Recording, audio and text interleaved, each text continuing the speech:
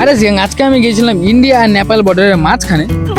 সকাল হতে ঘুম থেকে উঠে বাহাদুরকে নিয়ে বেরিয়ে পড়লাম। অনেকদিন থেকে সাইক্লিং করা হয় না বলে আমি নেপাল আর ইন্ডিয়া বর্ডারের মাঝখানে যাবো বলে ডিসাইড করলাম। ডিস্টেন্স ছিল হচ্ছে 35 কিলোমিটার, যাওয়া আসা মিলে হয়েছে আমার 70 কিলোমিটার। তাই সকাল সকাল বেরিয়েছিলাম। সামনের ভিউ গুলো দেখতে কিন্তু বেশ ভালো লাগছিল, এমনকি ঠান্ডা ঠান্ডা হাওয়া চলছিল, ঠান্ডা ঠান্ডা ওয়েদারও ছিল। লোহাগড় টি স্টেটের রাস্তায় এন্ট্রি করার পরে কিছুটা দূর সাইক্লিং করার পরে দেখতে পাচ্ছি সাইনবোর্ড টাঙানো আছে, তার বাঁ সাইডের রাস্তাটা আমি নিয়ে নিলাম সোজাসুজি। তোমরা গাইস যারা সোলাপুরের ভিডিওটা আমার দেখোনি, ফটাফট গিয়ে দেখে আসো, ওটা পুরো নেপালের মধ্যে পরে একটা ব্লগ দেওয়া আছে, তোমরা না দেখলে ওটা বুঝতে পারবে না। এই লম্বা লম্বা গাছগুলোর ভেতর দিয়ে আমি সাইক্লিং করে যাচ্ছিলাম, রাস্তার সাথে এমনকি ভিউ গুলো দেখতে খুবই সুন্দর লাগছিল। এমনকি গাইস কখনো কখনো রাস্তাগুলো এমন আসছিল যে সাইকেল চালানো যাচ্ছিল না একেবারে। তোমরা বাইক বা চার চাকা দুটো নিয়ে আসতে পারো, কিন্তু লোহাগড় টি স্টেট পার করার পরে একটা গ্রামের সামনে এসে তোমাদেরকে বাইকটা পার্কিং করে আসতে হবে। এখানে রাস্তা ছোট হওয়ার কারণে সেই জন্য বাইক বা চার চাকা ঢুকবে না। আমি তো লাফাতে লাফাতে যাচ্ছিলাম পুরো খুশিতে। আমার সামনে যে নদীটা দেখতে পাচ্ছ এটাই হচ্ছে নেপালের মেচি নদী। আমি নদীর মাঝখানে আছি, নেপাল বর্ডারের মাঝখানে একেবারে। আমার ডেস্টিনেশনে পৌঁছতে সময় লেগেছিল 3.5 ঘন্টা। তোমরা যদি শিলিগুড়ি থেকে আসতে চাও তাহলে অবশ্যই 1.5 ঘন্টার মধ্যে তোমরা বাইকে পৌঁছে যাবে। কিন্তু গাইস বি কেয়ারফুল, একদম সাবধান থাকবে, কারণ এখানে হাতি বের হয়, ঠিক আছে? আর